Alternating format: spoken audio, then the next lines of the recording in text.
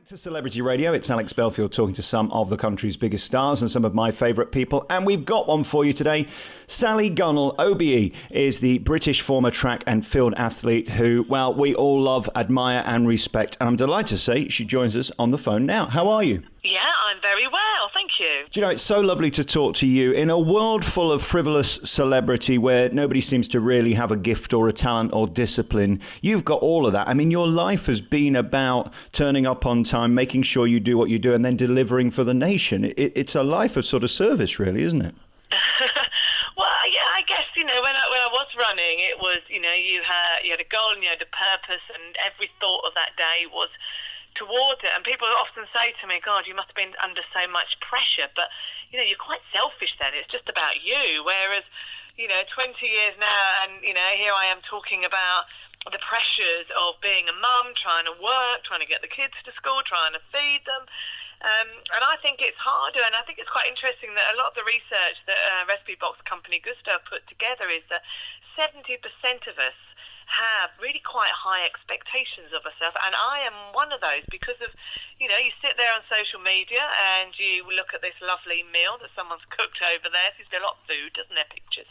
And then there, perfect body here and all those sorts of things, and then you think, oh God, I've got to be able to do that. You've got to be able to do everything, and it puts a lot of pressure on you, and day after day to try and deliver that, and you can't. I think it's about finding ways or hacks, as they say, to be able to deal with that, because that's here to stay, but also realising that you can't be perfect in every way. When you look back at the busiest years of your life, when you were at the height of the Olympics, have you worked out how you coped? Because to be all the things you just described and successful and an Olympian at the same time almost sounds impossible. I mean, it should be a gold-winning exercise in itself. Yeah, I think there's a number of things that were important, but I think it's one of the things is dealing with failure and disappointment, because life is full of it. Oh, you want to see my face, Sally? I'm telling you. Yeah.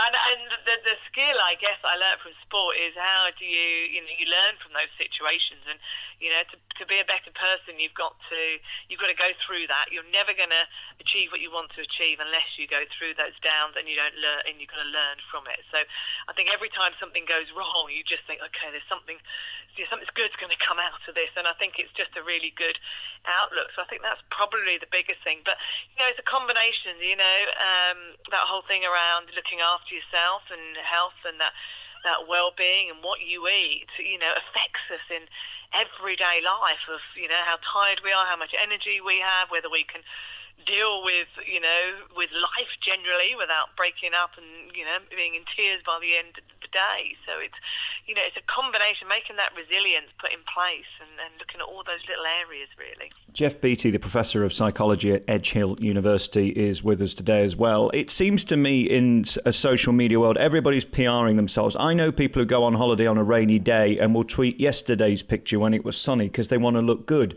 It's almost as if we are literally PRing our own lives. That doesn't help, does it, psychologically? Because we're all living a lie.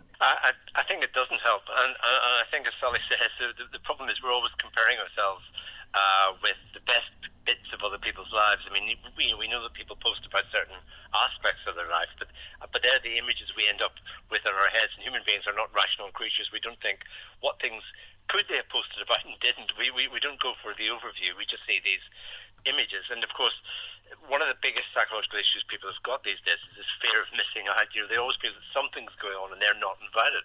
And I think this is one of the psychological pressures that people are under. I mean, people have been trying to juggle, and especially kind of busy mums like Sally, work with family life for quite a few decades now. But I think it's this notion that where this research suggests the pressures are coming from are the unrealistic expectations that people are putting on themselves to excel in all aspects of life, to look glamorous, to have a great social life, to excel at work. And of course, work has become more and more relentless with emails, constantly, which you feel you have to deal with. So that's eating into family time. And I saw some research in the last few weeks which suggests that kids under 14 are spending between 2 and 3 times as much time on social media and on personal tech than they are having conversations in the family. And it's almost as if, we know from a psychology point of view, how important face-to-face conversations are for dealing with the challenges of life. I mean, Sally talked about resilience and getting over small disappointments. I mean, things don't go well. You need someone within the family to talk about why it happened. And of course, people in some sense and families act as their own psychotherapists, helping you to get a perspective on things. But it looks as if the whole dynamic of family life seems to be changing, and we are living in this kind of celebrity-obsessed world with people presenting themselves in certain ways, giving us expectations. And celebrities, of course, have got people working on their appearance, working on their style, working on how they present themselves. But of course, ordinary people are now doing that, presenting themselves as quasi-celebrities and giving us something to aspire to and compare ourselves with. And let's not forget, we've become a bit soft. When I look at what my gran had to do, if she wanted her jeans washing, she'd have to do them by hand, wash them dry and put them out on the line, bring them in. Now we stick them in a thing, put it on a fast spin, put it on the dry mode and pull them out in 2 hours. We have become a bit self-indulgent, haven't we, Sally? I think we have, but then I think we're working much more. In a household, you probably have...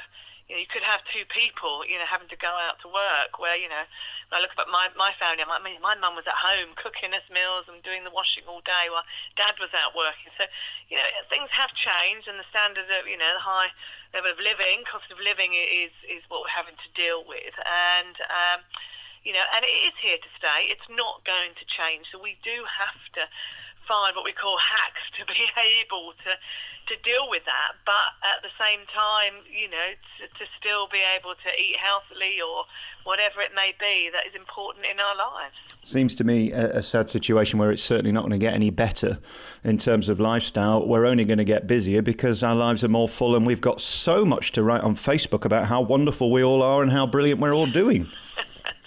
It is, and it is there, but I think it's about, for me personally, eating a meal together is a really important time of the day, and if I can get that done 3 times a week, and we'll have something like because there's box of food come, and my son, who's 19, will actually get all the ingredients out, which are all weighed, make a meal, which is unheard of for many, many years, and he didn't think he was capable of doing it, and we will sit down, and all social media's gone, and I think, even if that's all we can do, we can find, half an hour, 3/4 of an hour, 3 times a week, I think it's better than nothing, and I think that's what we have to start to find, not try and keep up with the Joneses, as they say, and try and find little ways that we can have that quality time, which I call it.